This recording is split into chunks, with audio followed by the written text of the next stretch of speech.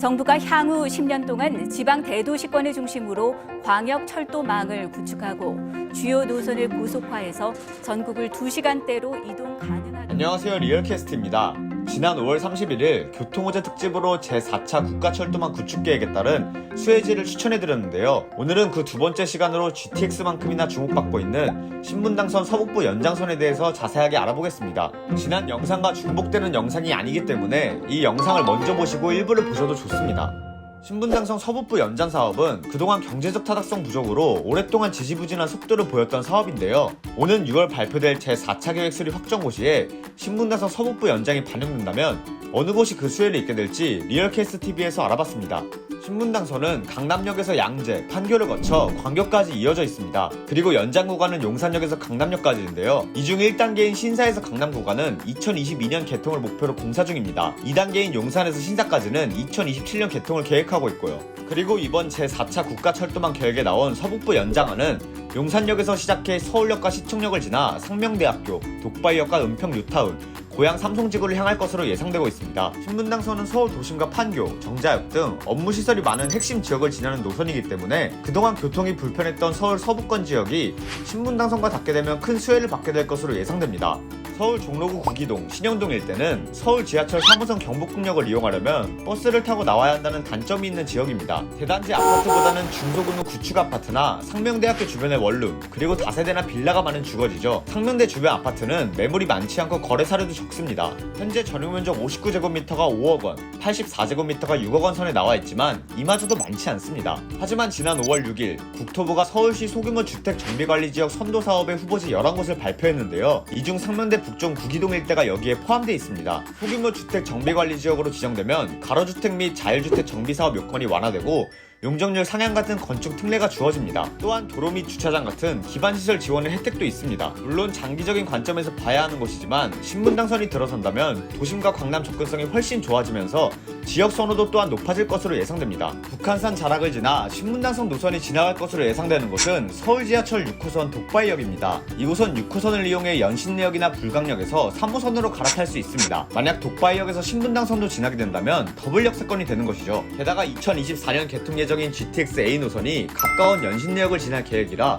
독바이역 주변 단지들도 덩달아 수혜가 기대되고 있습니다. 이 중 불광동 북한산 힐스테이트 3차는 독바이역 초역세권에 수리초등학교가 가까운 초품화 단지입니다. 최근 전용면적 59제곱미터가 8억 4,700만원, 84제곱미터가 9억 8,800만원에 거래됐습니다. 독바이역 북측에 있는 북한산 한양 수자이는 59제곱미터가 6억 7천만원, 84제곱미터가 7억 500만원에 거래됐고요. 불광 역세권에 있는 비교적 새 아파트인 불광 롯데캐슬의 실거래가는 59제곱미터가 8억 3천만원, 84제곱미터가 11억 9천만원입니다. 입주 연도의 차이를 고려하더라도 독바이역 주변 단지들은 꽤 저렴한 편입니다. 독바이역 주변으로는 독바이 역세권 개발과 삼익빌라 재건축이 진행되고 있고 불광역 주변에는 미성아파트 재건축과 불광 5구역 재개발이 추진되고 있어 장기적으로 이 지역 주거 여건은 점차 나아질 것으로 예상됩니다.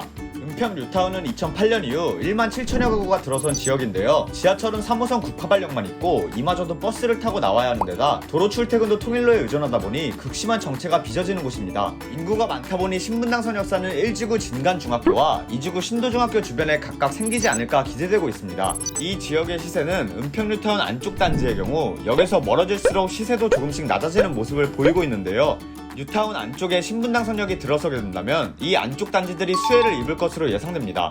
구파발역 초역세권 입주 2년차 새 아파트인 은평 스카이뷰자의 실거래가는 전용 84제곱미터가 11억 7,800만원에서 12억원 선에 거래되고 있고 박석곡의 힐스테이트 1단지의 전용면적 84제곱미터는 10억 2천만원입니다. 반면 상림마을 은평 뉴타운 1단지 롯데캐슬은 이보다 저렴한 84제곱미터가 9억 4천만원, 5단지 푸르지오와 6단지 푸르지오는 84제곱미터가 7억 9천만원에서 8억 4,500만원에 거래되고 있습니다. 은평 뉴타운은 쾌적함을 선호하는 중대형 이상 평형 위주로 구성돼 있어 젊은 직장인 수요가 선호하는 59제곱미터 비중이 상대적으로 적은 편입니다. 하지만 신분당선이 들어선다면 서울 도심과 강남으로 출퇴근하는 직장인 수요가 늘 것으로 예상돼 소형 평수에 관심을 가져보는 것도 좋겠습니다. 신분당선 서부권 연장의 마지막 종착지는 고양시 삼성역과 연결될 것으로 예상되고 있습니다. 삼성지구 역시 지하철 3호선이 있긴 하지만 서울 도심으로 오는 데까지 경유하는 역이 많고 강남까지 가기에는 너무 멀거든요.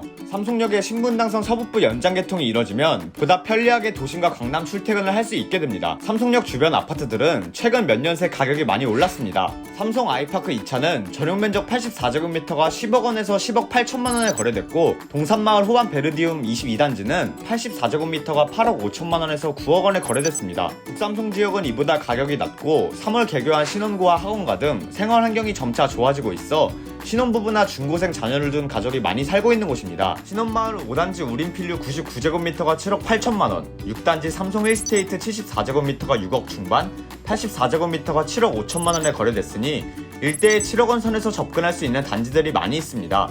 이상으로 신분당선 서북부 연장에 관한 수혜 지역을 알아봤습니다. 아직 2단계 공사도 시작하지 못한 상황이다 보니 서북부 연장 구간이 개발에 착수하기까지는 시간이 더 걸릴 듯합니다. 단기 투자 철학이보다는 장기적인 관점으로 봐야 하는데, 우선 6월 4차 국가도로망 구축 계획에 확정적으로 포함될지부터 지켜봐야겠습니다. 오늘 제가 준비한 영상은 여기까지입니다. 컨텐츠가 도움이 되셨다면 구독과 좋아요, 알림 설정까지 부탁드립니다.